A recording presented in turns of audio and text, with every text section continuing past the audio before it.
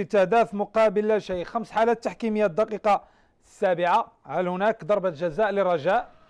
شوفوا هذه الحالة التحكيمية الأولى في هذا العدد. سي بوجنان تفضل. لا أرى أن هناك خطأ داخل المنطقة، على اعتبار أن خروج الحارس كان خروجا طبيعيا تجاه الكرة، وبالتالي كان الاصطدام عفوي وطبيعي، وقرار الحكم كان صائبا. تفضل. لا بالفعل نفس التحليل، لان الحارس خرج الكره واللاعب ديال الرجاء هو اللي اصطدم بالحارس وسقط، وبالتالي قرر الحكم بعدم الاعلان عن ضربه جزاء قرار صحيح. شوف الدقيقه 16. شوفوا تسلل ضد مهاجم فريق الرجاء. شوفوا هذه الحاله التحكيميه اللي كان فيها الاعلان عن حاله تسلل واضحه.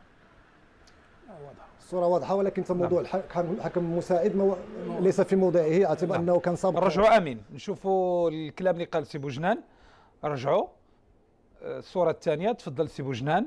من خلال الصورة الثانية غادي تبين على أن الحكم المساعد سابق ثاني آخر مدافع. نعم بالفعل. وهذه الحالة هذه بالنسبة ليه بينة راه خدا فيها القرار، ولكن في حالات أخرى اللي غادي يكون غير مدافع مع مهاجم غادي يصعب عليه لأنه يتخذ القرار الصائب. نعم إذا على مستوى التمركز ديال الحكم شفتوا أو التموضع، شفتوا أن كان هناك سوء تموضع بالنسبة للحكم المساعد الأول. نشوفوا 25. هل هناك ضربة جزاء للرجاء دقيقة 25؟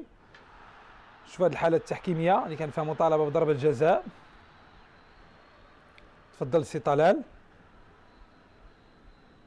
سي طلال. هنا اللاعب يجور ربما يعني استعد باش يسقط، لان اللاعب مشى برجليه الكره، وان كان هز رجليه، ولكن في الوقت اللي غادي يهز رجليه اللاعب يجور استعد باش يسقط. انا ما تنشوفش كاينه ضربه جزاء هنايا. سي بوجنان.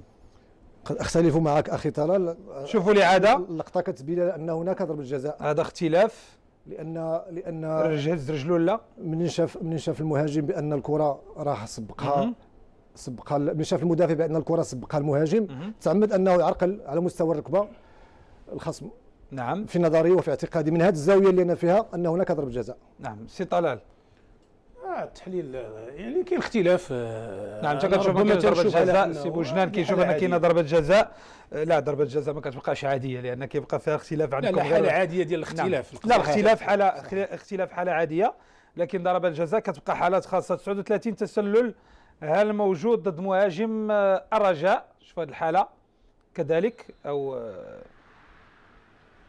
لاعب الحاج هنا بوجنان.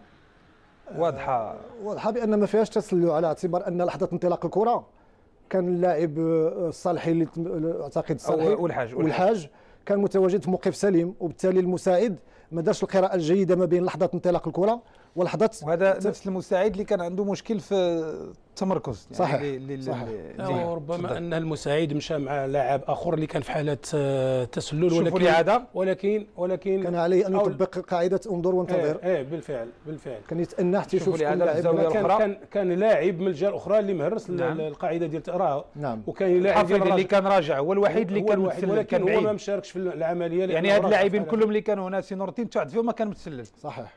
يعني اللاعب الوحيد كان بعيد جدا على الكره. الان كان في موقع سليم الوقت اللي انطلقت عنده الكره. نعم بالفعل. لان الحكم ربما اخطا من التقدير الاول، لان اللاعب الوحيد اللي كان متسلل هو الحفيظي اللي كان راجع ومن الزاويه البعيده على المنطقه ديال الكره. 58 هدف محسن ياجور المرفوض.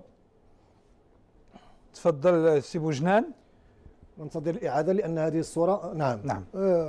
تقدير خاطئ للمساعد، لانه لم يقدر ايضا لحظه خروج الكره. شوفوا التموقع ديال الحكم. التموضع ديالو بشكل جيد. نعم. التموضع جيد، وربما ان ذاك اللاعب ديال الرجاء الملي هو اللي حجب عليه الرؤيه فاخذ القرار الخطا. نشوفوا الاعاده ديال الحاله التحكيميه اللي كان فيها الاعلان على هدف غير مشروع، مع ان الصوره كتوضح ان الهدف مشروع هنا، فحتى اللاعب الاخر ما كانش متسلل. هنا اللي مثير للانتباه هو التموضع الجيد ديال الحكم، ولكن التقدير ديالو للحاله كان خاطئ. ان نعم. اللاعب كان في موقع هذا عكس المساعد الاول، كان التموضع ديالو خاطئ وخذ قرار صائب. نعم. هذا التموضع جيد وخذ قرار خاطئ. هذا كاين خاص تكامل في الحالتين. الجيش الملكي يتعادل دائما برسم الدور التمهيدي الذهاب امام